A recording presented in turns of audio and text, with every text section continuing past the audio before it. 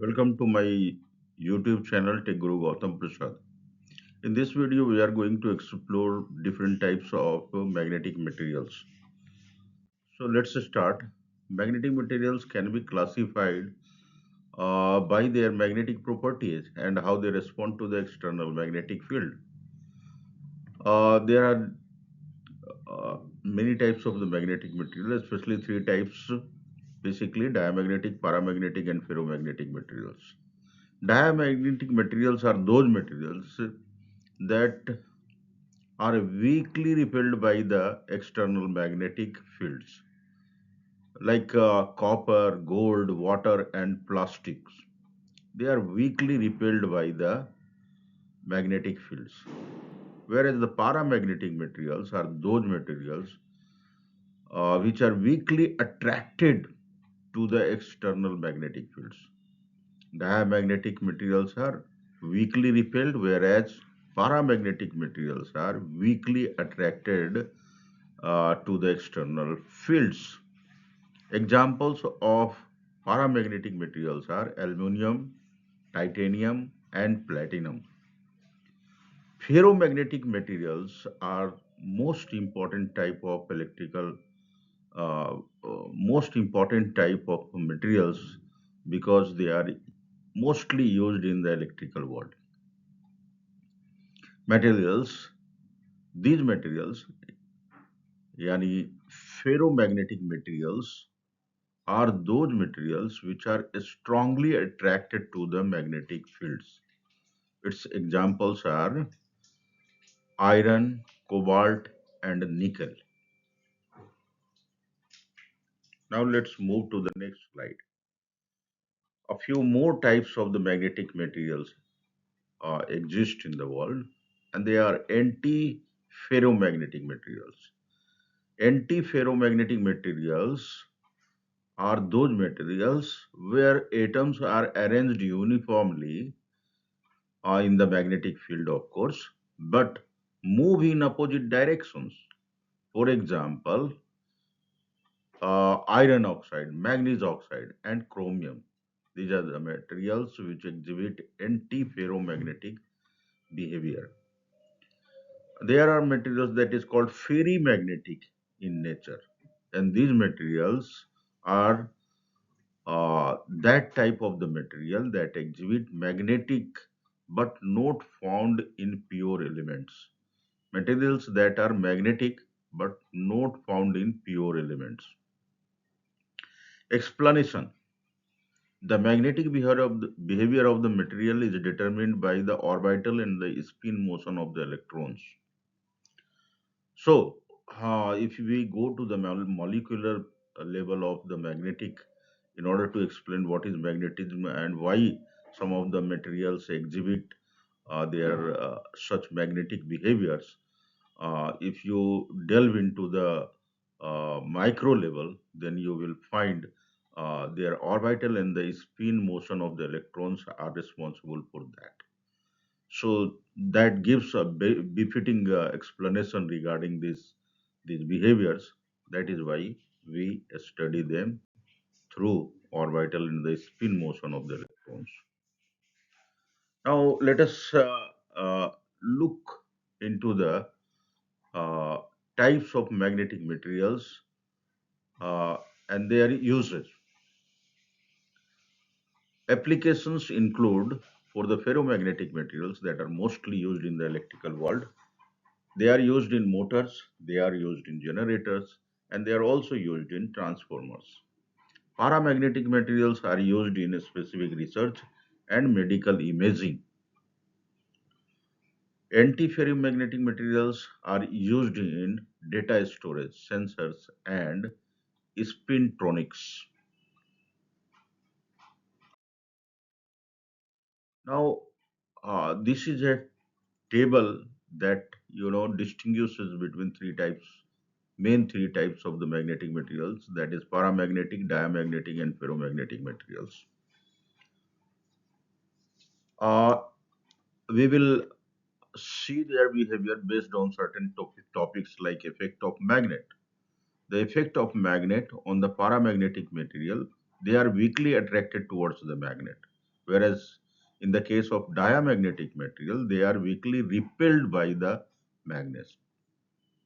Ferromagnetic material, they are strongly attracted towards the magnet.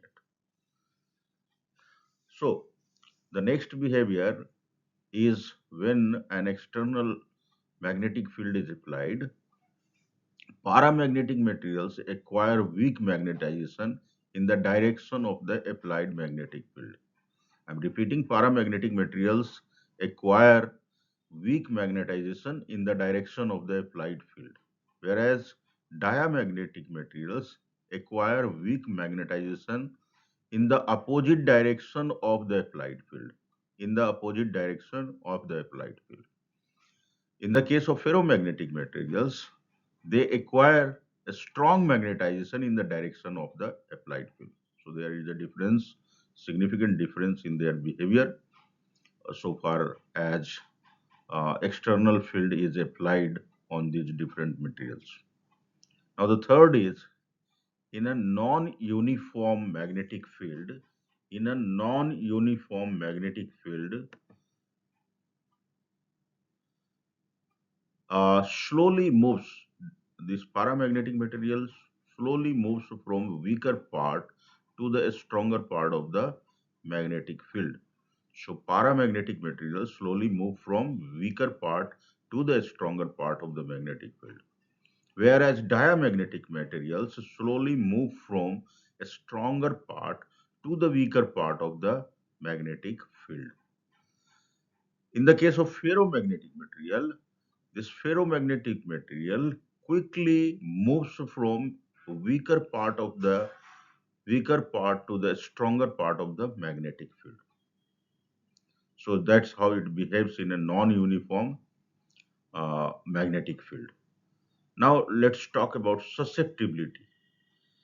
So susceptibility is value is a small and positive in the case of paramagnetic materials. So it stands between 0 and epsilon, where epsilon is a small in number. Susceptibility value for the diamagnetic material is a small and negative. Remember, for the paramagnetic material, this value is a small but it is positive. Susceptibility is positive in the case of paramagnetic material. P for para, P for positive. Susceptibility is negative for diamagnetic materials and it's a small in value. Whereas susceptibility has a large value and a positive value in the case of ferromagnetic materials. Now let's try to their behavior, compare their behavior about their relative permeability. So, relative permeability of paramagnetic material is slightly greater than 1. Remember, it is slightly greater than 1. Whereas, the diamagnetic material has the permeability greater than 1. Greater than, slightly greater than 1. Okay. Uh, for the ferromagnetic material, it is of the order of 1000. Relative permeability is of the order of 1000. So for paramagnetic and diamagnetic material, this is slightly greater than 1, whereas for ferromagnetic material, it is of the order of 1000. The value of permeability. Permeability is greater than absolute permeability. Mu naught is absolute permeability and mu is permeability. So permeability is greater than absolute permeability. Permeability is greater than absolute permeability for both. Sorry, permeability is greater than absolute permeability in the case of paramagnetic material. Permeability is less than absolute permeability in the case of diamagnetic material, and permeability is much greater than absolute permeability in the case of ferromagnetic material. Now this is eighth number is of much more importance because it is discussing about the effect of temperature on different types of magnetic materials. So it is significant because the machines that you manufacture, they have to go through the temperature variations, and how they will behave, how that material will behave, of which these machines are made of.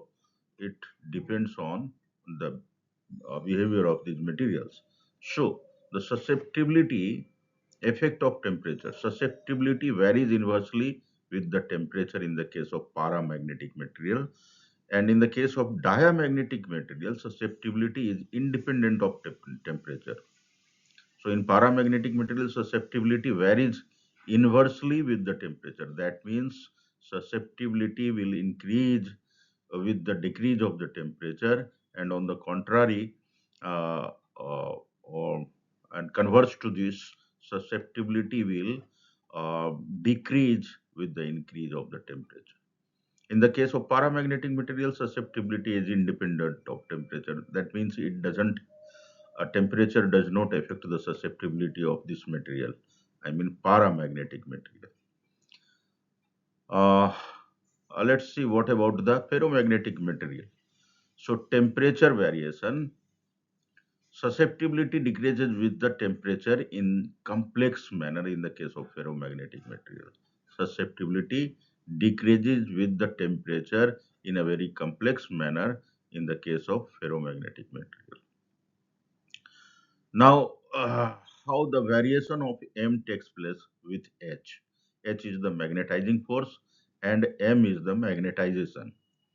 M changes in the case of paramagnetic material, M changes linearly with H and attains a saturation level at low temperature in a strong field.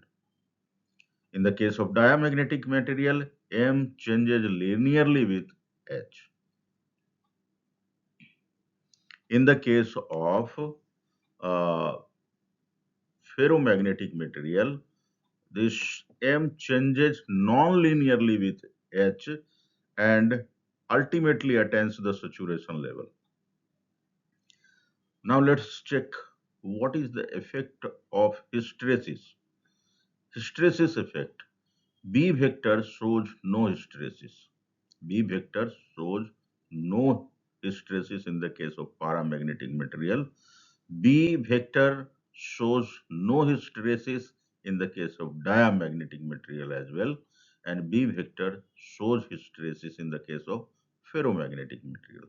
So hysteresis, B vector shows hysteresis in the case of ferromagnetic material only, and not shown in diamagnetic or paramagnetic material. Physical state. Paramagnetic materials exist in all three states: solid, liquid, and gas. Uh, and paramagnetic, diamagnetic materials also exist in all three states, that is, solid, liquid, and gas. But ferromagnetic materials mostly uh, uh, found in a solid state. The examples of paramagnetic materials are aluminum, sodium, calcium, etc. The example of diamagnetic materials are bismuth, copper, and lead, etc. Examples of ferromagnetic materials are iron, nickel, cobalt, and gladium.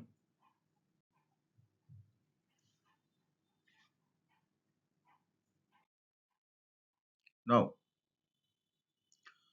uh, let's try to understand the difference between soft magnet and the hard magnet. Magnetization and demagnetizations are easy in the case of soft magnet, but magnetization and demagnetization are difficult in the case of hard magnet. So this is how you distinguish between these two types of the magnet, soft magnet and hard magnet. Soft magnets can be produced by heating and gradual cooling, whereas hard magnet hard magnet can be produced by heating and sudden cooling. The hysteresis loop area is smaller in the case of soft magnet, and retentivity and coercivity are also small. In the case of hard magnet, the hysteresis loop area is larger and retentivity and coercivity are also higher. Soft magnets are temporary magnets, whereas hard magnets are permanent magnets. Examples of soft magnets are ferrous nickel alloy and ferrite garnets. Now, the example of uh, hard magnets are steel, carbon steel, chromium steel, and tungsten. Let's move to the next slide. Soft iron versus steel. Now they have got certain differences. The retentivity of the soft iron is more than the retentivity of the steel. So soft iron has a better retentivity. Soft iron magnet can be easily magnetized and demagnetized compared to steel. The coercivity of the steel is more than the coercivity of soft iron. Uh, the area of the loop in the case of soft iron is less than the area of the loop in the steel. So area of the hysteresis loop basically it is talking about. So area of the hysteresis loop of the soft iron is less than the area of the hysteresis loop in the case of steel. Due to the small area, energy loss is small in the case of soft iron, and energy loss is more in the case of steel. Magnetic permeability is high in the case of soft iron as compared to steel. Soft irons are used in transformers, electromagnetic tapes, and tape recorders, etc. Soft iron core are used in transformers because they have high magnetic permeability, which helps to focus magnetic lines of force and reduce energy loss. The steel is used in the permanent magnets. The steel is used in the permanent magnets. How can hysteresis loss be reduced? So this is very important as far as uh, construction of the transformer is concerned. The core is made up of silicon steel. Silicon steel is a material that has got a very good permeability, and because of good permeability, it gives easy path to the flux traveling through it, and thus it uh, reduces the hysteresis loss. So materials like silicon steel, high grade steel are used in with a small hysteresis loop area and is used to make core of the electrical machines. So here we end this